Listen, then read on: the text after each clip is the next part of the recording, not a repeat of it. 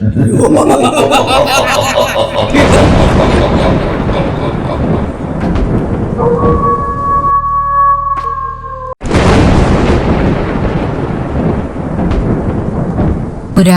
शहर के किनारे एक घना जंगल था। उस जंगल के बीच एक बड़ी सी हवेली खड़ी थी। एक ऐसी हवेली जिसे लोग खूनी हवेली कहते थे। कहा जाता था कि एक जमाने में वहां एक रईस जमींदार रहता था। उसकी एक बेटी थी, खूबसूरत लेकिन बदकिस्मत। उसकी शादी की रात ही अजनबी तरीके से उसकी मौत हो गई थी। कुछ लोग कहते थे कि उससे कत्ल किया गया।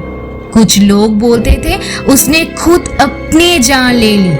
लेकिन सच क्या था, ये आज तक राज बना हुआ था। तब से लेकर आज तक लोग मानते थे कि उस लड़की की रूह हवेली के अंधेरों में भटक रही है। गांव के लोग दिन के उजाले में भी उस तरफ जाने से डरते थे। रात को तो हवेली के आसपास का माहौल और भी खौफनाक हो जाता था। चिड़िया की चीख, हवाओं की गुनगुनाहट और अंदर से आती हुई घंटी की आवाज।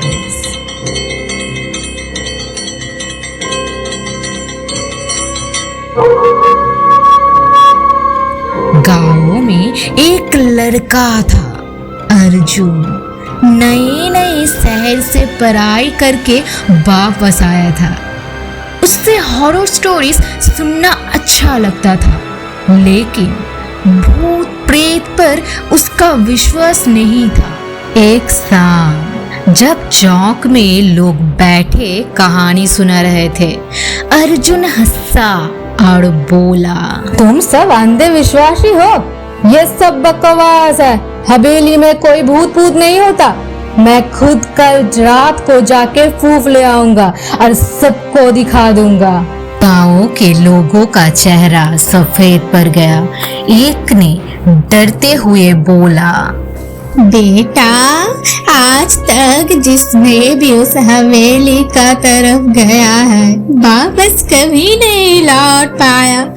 वहाँ मौत और खून की बू है, मत जाओ वहाँ। लेकिन अर्जुन मुस्कुराया। बस देख लेना, कल तुम्हें सबको सब दिखा दूंगा। उस रात चंद आधे बादलों के पीछे छुप छुप कर निकल रहा था। जंगल की हवा और गहरी हो गई थी। रात के 12 बजे अर्जुन अपने दोस्त विवेक के साथ एक पुरानी टॉर्च लेकर जंगल के रास्ते हवेली की तरफ निकल पड़ा। जंगल का सन्नाटा ऐसा था जैसे सारी दुनिया सो गई हो। सिर्फ उनके कदमों की आहट गूंज रही थी।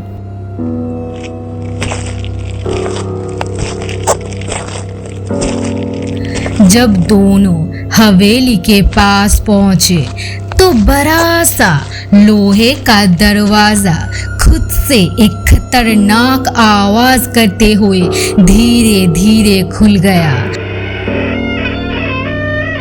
अर्जुन और विवेक एक दूसरे को देखा। दोनों के चेहरे पर पसीना था, लेकिन अर्जुन ने अपनी हिम्मत जुटाते हुए कहा, चल आज सबको सबूत देंगे। अंदर कदम रखते ही मिट्टी, सड़ी हुई लकड़ी और कुछ अजीब सी बूनी दोनों का दम घुटना शुरू कर दिया। दीवारों पर पुराने खून के दाग झिलमिला रहा था, जैसे किसी ने कत्ल यहीं किया हो। विवेक डरा हुआ बोला, अर्जुन मुझे अच्छा नहीं लग रहा, चल चल वापस चलते हैं। अर्जुन हंसकर बोला, डरपोक, चुपचाप चल मेरे साथ। दोनों सीढ़ियों से ऊपर की मंजिल पर गए। अचानक उन्होंने देखा एक कमरे से हल्के पीले रंग की रोशनी आ रही है, जैसे अंधेरों में किसी ने दिया जलाया हो। दरवाजा आधा खुला था और अंदर से आवाज आ रही थी, जैसे कोई पुराना घड़ियाल चल रहा हो।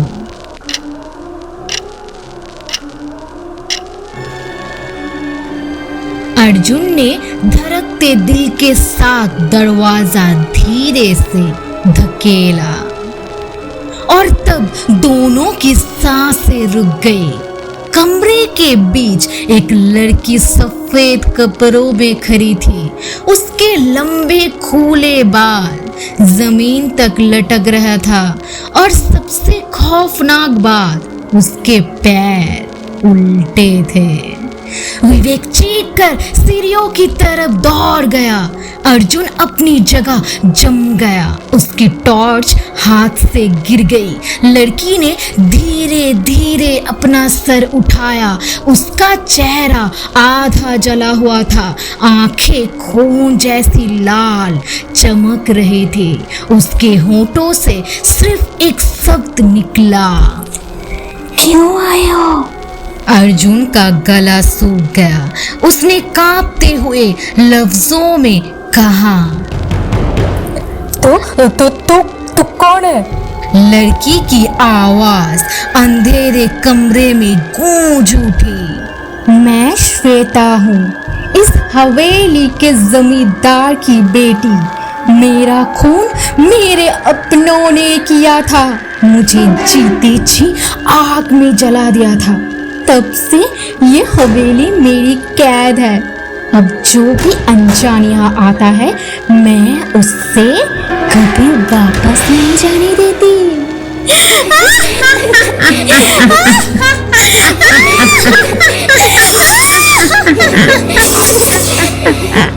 और इतना कहकर उसकी चीख पूरी हवेली में गूंज गई।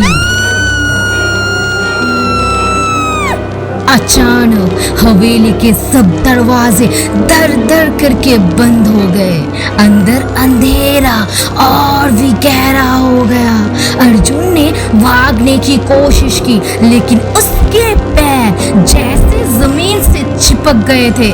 उसने डर के मारे जोर से चिल्लाया, लेकिन विवेक डर डर कर भागते हुए बस हवेली के गेट तक पहुंचा और वहां बेहोश होकर गिर गया।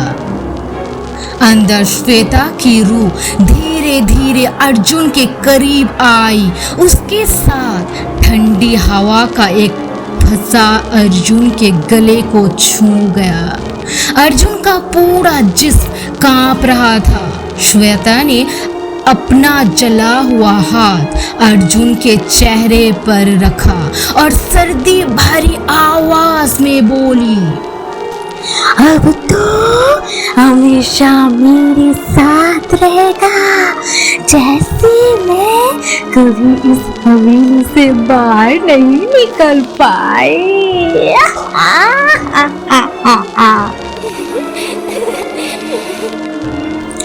और एक तेज कान फाड़ देने वाली चीख के साथ अर्जुन हवा में गायब हो गया। अगला दिन सुबह कुछ गांवों वाले हिम्मत करके हवेली के अंदर घुसे। अंदर का माहौल अब भी भयानक था। चारों तरफ सन्नाटा। उन्हें सिर्फ एक चीज मिली, अर्जुन का फोन। फोन की स्क्रीन पर एक रिकॉर्डिंग चल रही थी। रिकॉर्डिंग में अर्जुन की घबराहट भरी चीख सुनाई दी, बचाओ विवेक। और उसके बाद एक औरत की ठंडी हंसी गूंजी, अब तो कभी वापस नहीं जाएगा।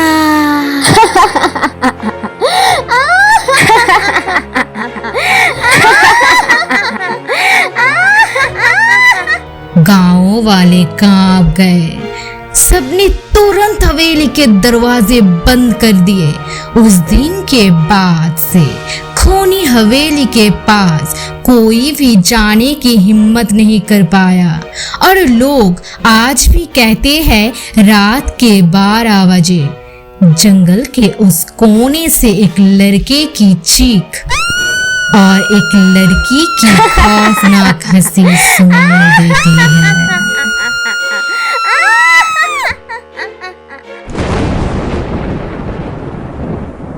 अपनी कहानी हमें भेजिए स्क्रीन पर दिए हुए मेल आईडी पर। और हाँ, अगर आपको ये कहानी पसंद आई तो लाइक, शेयर और कमेंट ज़रूर करें। अनकहे राज को सब्सक्राइब करना ना भूलें, क्योंकि अगला राज हो सकता है आपके शहर का हो। तो आज के लिए बस इतना ही। बहुत जल्द मिलते हैं एक नए राज के साथ। तब तक अपना ध्यान रखिए और अंधेरे से दूर रहिए।